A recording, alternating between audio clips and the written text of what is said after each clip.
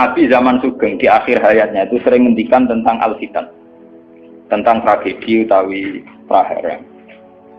Itu banyak riwayat yang bahkan Nabi itu pernah ngendikan, saya dan kejayaan Islam itu hanya berumur 36 tahun. Itu sampai menghitung periode 36 tahun. Juga banyak riwayat yang bahkan secara detail saya mencium turba, di mana nanti cucuku terbunuh di situ. Apa kamu gelisah Muhammad? Iya. Kata Jibril, jika kamu mau, saya tunjukkan di tanah mana nanti cucumu akan dibantai. Itu riwayat jauh sebelum Said Husain dibantai di Karbala. Termasuk riwayat-riwayat yang se-ekstrim ini.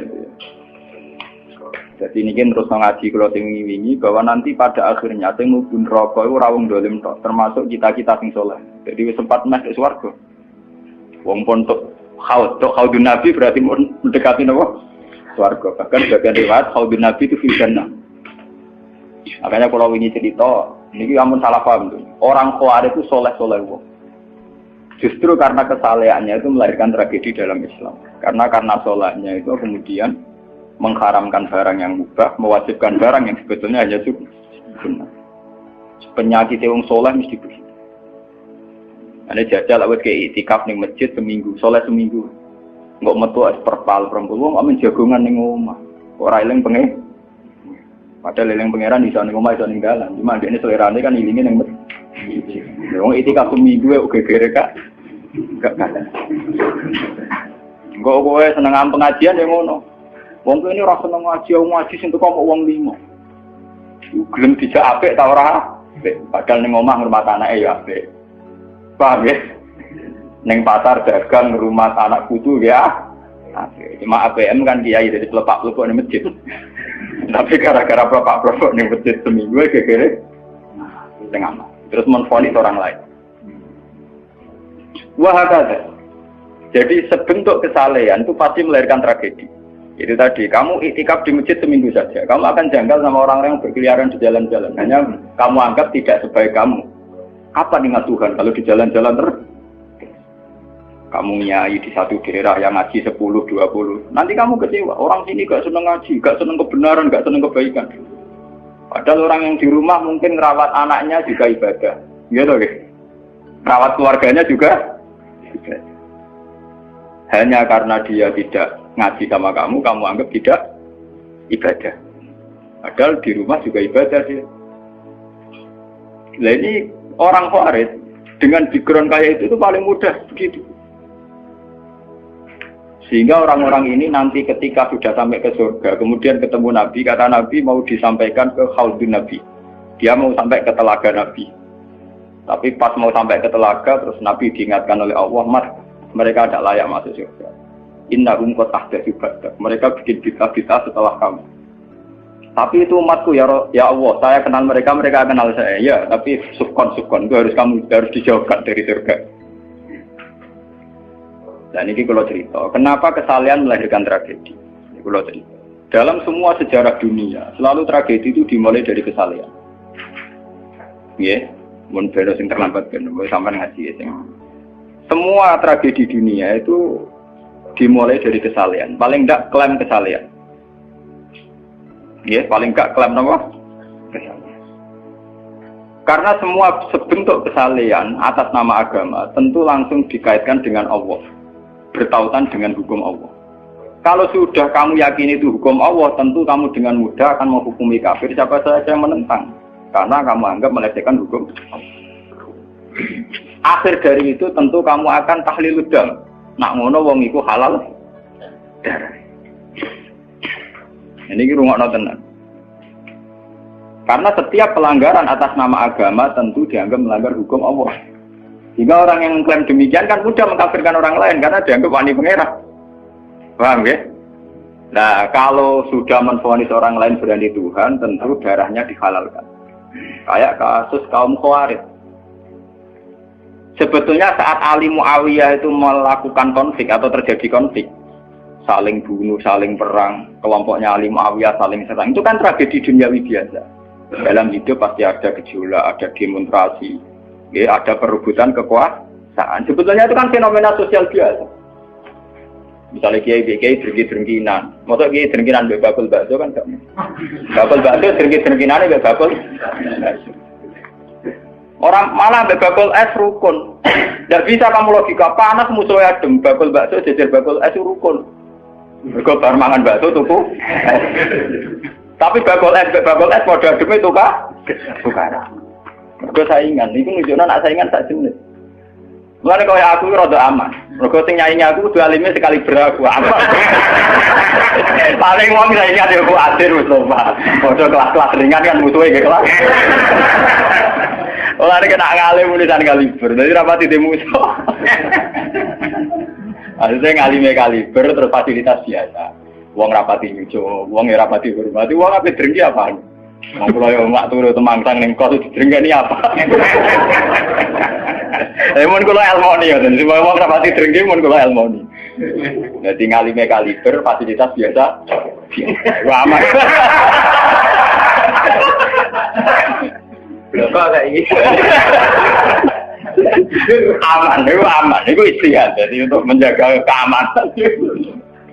Ngalime ra kaliber nek dadi wong nyucup wong dobar, mesti wong mencep. Alim sepi kok wong dobar wis gegere gak karuan. Niku termasuk strategi ngadepi napa prahara. Artinya sakit ilmoni sebenarnya secara ijtihad itu bisa napa? Bisa ten. Lalu kula biasa lama-lama teng nggih kula mriko nggih umbal we anak kula. Enggak, nggih biasa ana mobil direm Gus, monggo bareng kula. Kak, lagi ben bis. Kula betul mobil, nah ono omah muter pirang-pirang. Nah itu memang gitu ya, karena kita trauma dengan sejarah. Ketika Khawarij meyakini Ali melahirkan sulmatan fiddin, melahirkan pencitraan agama. Salmatan fiddin, sulmatan fiddin itu pencitraan agama. Muawiyah juga dituduh demikian, salmatan fiddin. Akhirnya orang Khawarij lewat kelompoknya itu ada sekelompok orang yang ditugasi membunuh Ali, ditugasi membunuh Muawiyah, dan ditugasi membunuh Amr bin As di Mesir. Semua tokoh-tokoh besar Islam itu melahirkan tragedi Islam, harus dibunuh semua.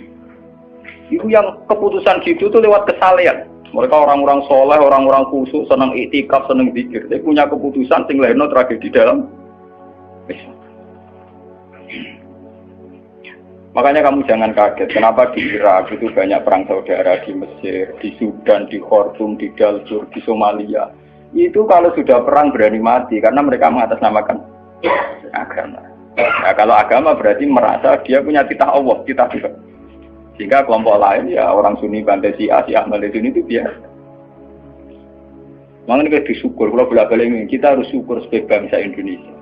Bangsa Indonesia di filosofi berdoluri, soalnya bergemeng-gemeng ngelas neng duri, orang terus ini kita syukur jadi wong Jawa. Cari rasa cocok, ya mau grudal, misalnya rasa-rasaran kiai beda partai yang mau grudal, bagus sekali.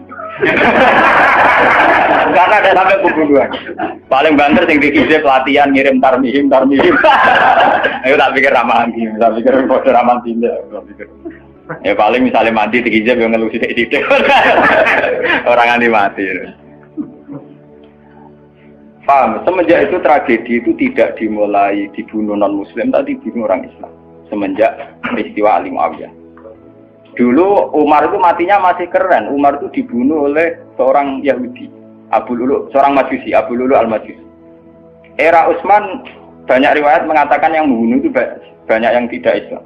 Tapi era Ali, Muawiyah sampai Said Husain itu yang membunuh orang Islam semua. Bahkan sulahahum, orang-orang yang kategorinya soleh macam payah. Baik Madin gue kenal aku ngukumi wong murtad itu biasa. Karena daftar kemurtatan dalam kitab-kitab salaf itu terlalu banyak. Sama kalau ngaji Sulam Taufik, Sulam Safina itu betapa mudah orang-orang masuk kategori nomor. Mohon teng pondok kula rata rego ajaran. Gua ada sing kiai tanglet kula, Gus yo mboten nglebokno ajaran iki pondok jeneng. Lagi bantah aku kok takok. Nak bantah ya bantah-bantahan, nak takok tak jawab. Ini umum kula perhitung dong, itu memang resiko. Resiko ada takfir. Bukan kitabnya yang salah. Kita kalau tidak punya khazanah banyak itu resiko. Jadi kalau baca kitab gitu itu harus punya khazanah yang lain yang apa? Banyak. Sehingga tidak mudah mentakfirkan orang atau memurtadkan Semenjak Ali Muawiyah tragedi, karena kelompok-kelompok soleh itu menvonis Ali itu murtad atau Muawiyah itu murtad, kemudian diteruskan, kalau gitu halal darahnya, akhirnya dibunuh.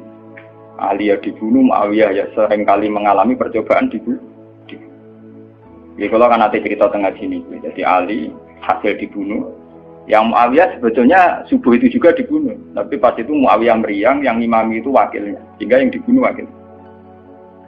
Mulane kalau bolak-balik cerita ning tinggon nek wong kesolen mesti pintu-pintu. Wong kuwaris sih pintu-pintu. Wong ngongkon killer, ngongkon pembunuh bayaran kok tarife ngene to. Lah Muawiyah ku sapa? Pokoke sing imami subuh. Ora disifati ciri-ciri spesifik mboten. Pokoke sing imami subuh.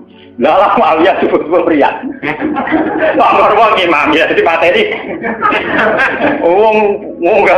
Wong apa jenenge? Apa itu istilahnya tugas-tugas yang super bahaya kok tarifnya pokoknya senyum itu wah kemproh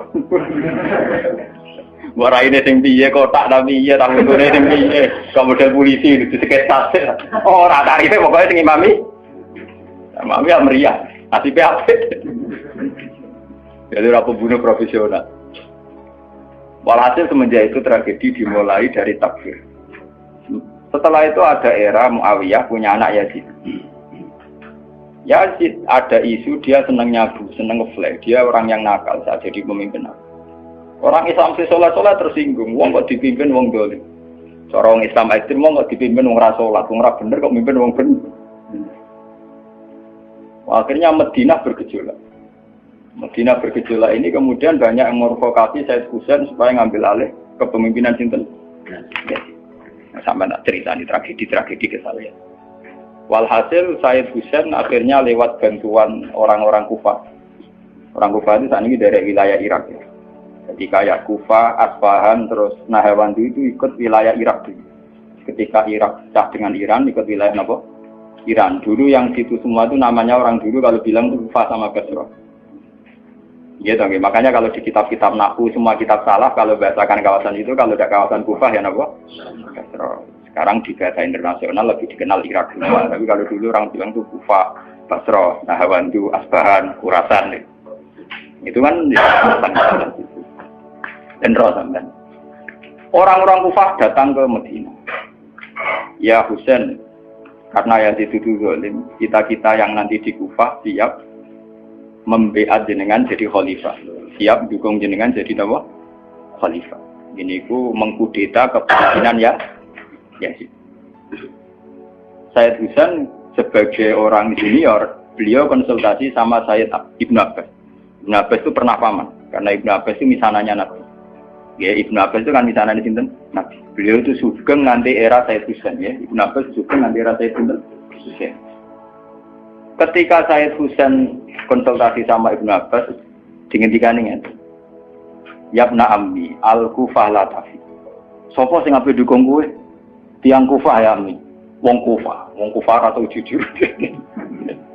Wong Kufah itu bulat gak welet. Al-Kufah la tafi. Wong Kufah nak janji atau nepat. Dulu kayak kawasan Kufah ini sampai kalau cerita sejarah bin zaman roh. Kan tiap daerah kan terkenalan dewe-dewe. Ono daerah terkenal Bedol Guri, ono daerah terkenal Badoan. Ibu tenan ora tiap daerah kan terkenalan dewe-dewe.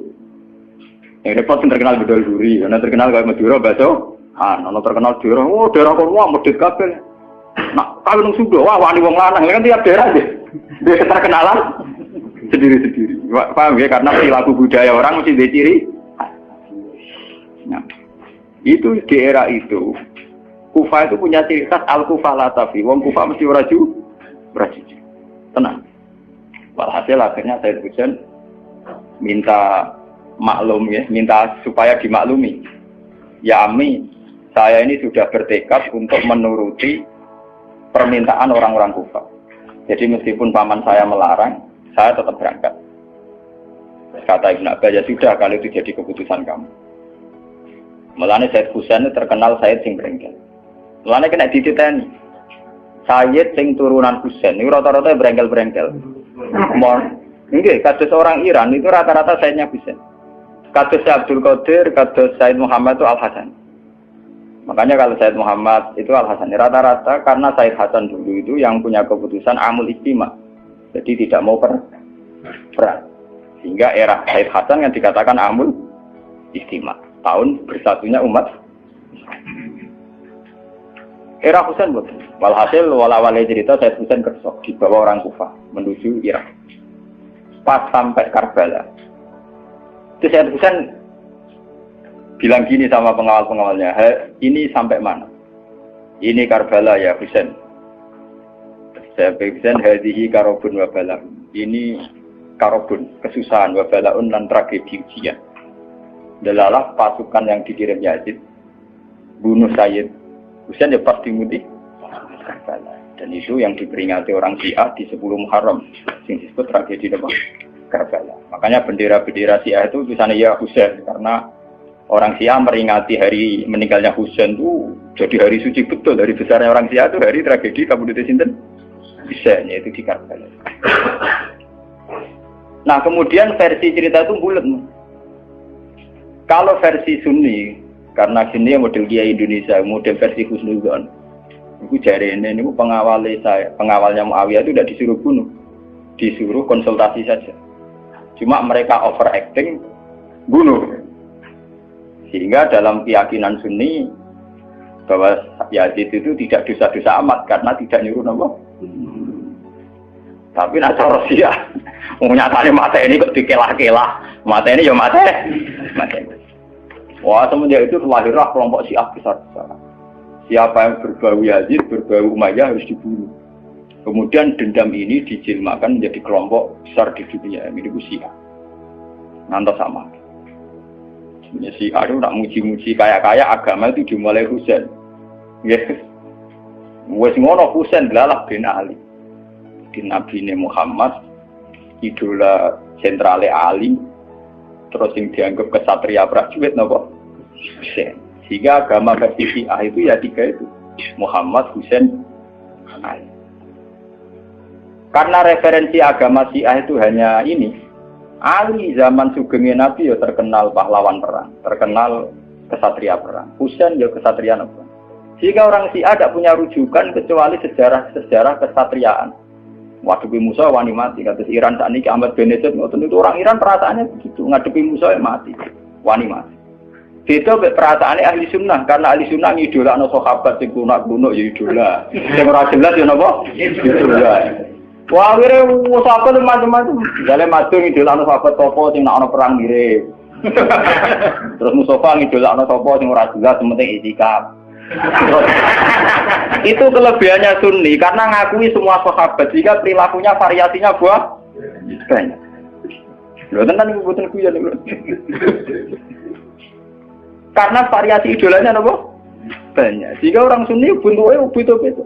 Mungkin dak kebeda. Mungkin dak kemana sing ngene. Oh, pengamat itu ngamati salat ngono paling pusing, kok ana sing standar. Salate Muhammadiyah, PKS, Salafim di standar. Carane ngomong eno pusing. Dia ini terkenal alim. Allahu Akbar. Ana sing watwah, Allahu Akbar. Allah.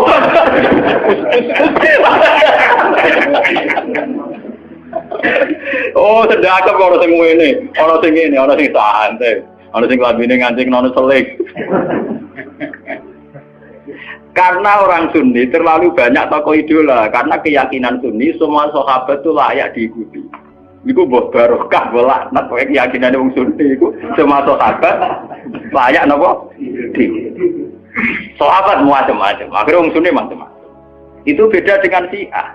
Sentral sejarahnya di Husain.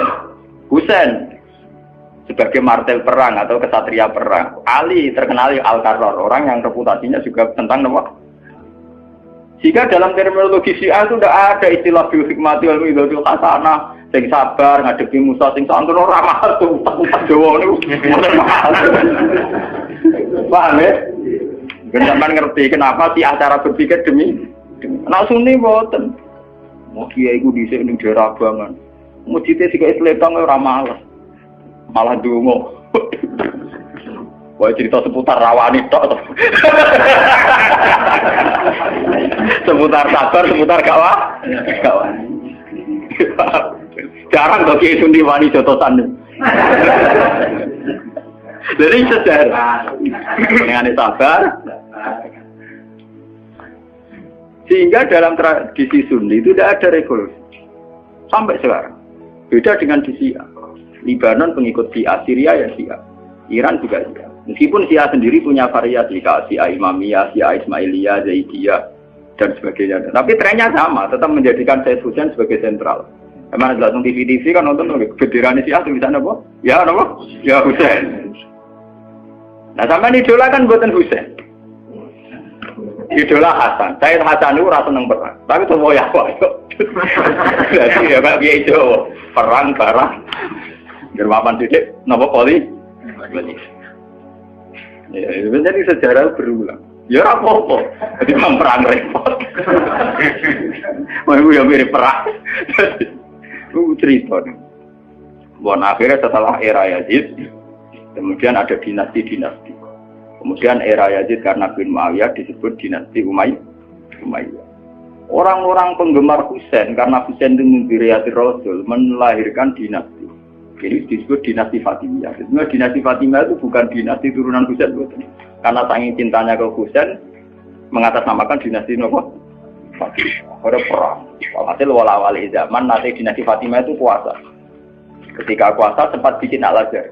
Jadi Al-Azhar dulu itu barokahnya dinasti Fatimiyah. Al-Azhar itu dari kata Fatimah Zahra. Af'al tafdilnya Zahra itu Al-Azhar. Kayak Hasna, kalau mu'anat kan Hasna. Kalau bahasa Arab untuk af'al tafdil Al-Ahsan. Jadi kalau Zahra berarti menjadi Azhar. Itu karena bahasa saja kayak Hasna mu'anat, kalau Ahsan untuk af'al tafdilnya. Jadi kalau Zahra jadi apa? Azhar. Jadi dari kata Fatimah Zahra. Ya sudah begitu. Artinya semenjak tragedi Ali Muawiyah itu kemudian orang Islam itu sudah perang terus sama Islam terus. Ya, dinasti Umayyah, digusur, Abbasiyah, Fatimiyah terus begitu. Sampai terakhir di Seljuk kayak zaman era Bauddin Leng, Timur Leng dan sebagainya.